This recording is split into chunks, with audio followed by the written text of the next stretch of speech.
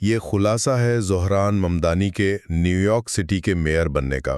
تو 34 سالہ زہران ممدانی، جو ڈیموکریٹک سوشلسٹ ہیں، نیو یارک کے نئے میئر منتخب ہو گئے ہیں۔ یہ بہت بڑی خبر ہے کیونکہ وہ شہر کے پہلے مسلمان اور جنوبی ایشیائی نسل کے میئر ہیں۔ اور ہاں، وہ ایک ریاستی قانون ساز سے اتنی جلدی اس بڑے عہدے تک پہنچے جو واقعی کمال ہے۔ اچھا، اس جیت میں کیا خاص باتیں ہیں؟ پہلی بات تو یہ ہے کہ یہ فتح تاریخی ہے۔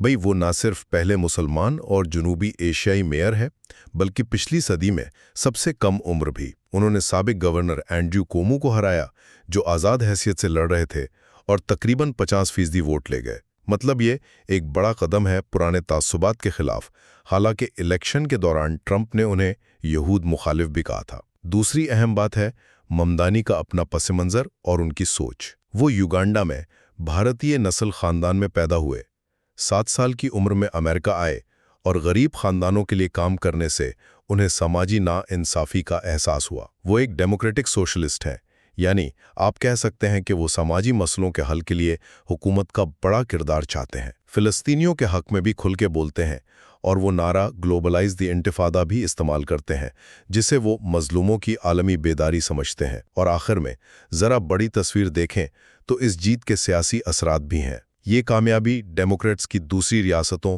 جیسے ورجینیا اور نیو جرسی میں اہم جیتوں کے ساتھ آئی ہے، جیسے ایبیگیل اسپینبرگر ورجینیا کی پہلی خاتون گورنر بنے اور غزالہ ہاشمی پہلی مسلم خاتون لیفٹیننٹ گورنر۔ تو یہ سب 2026 کے مڈ ٹرم الیکشن سے پہلے پارٹی کی حکمت عملی کے لیے ایک ٹیسٹ جیسا ہے۔ دوسری طرف ٹرمپ نے کہا کہ ریپبلکن اس لیے ہارے کہ سرکاری شٹ ڈاؤن تھا اور وہ خود بیلٹ پہ نہیں تھے۔ تو خلاصہ یہ ہے کہ زہران ممدانی کی جیت صرف ایک الیکشن نہیں بلکہ یہ نیو یارک اور شاید امریکی سیاست میں ایک نئے دور کا اشارہ ہے۔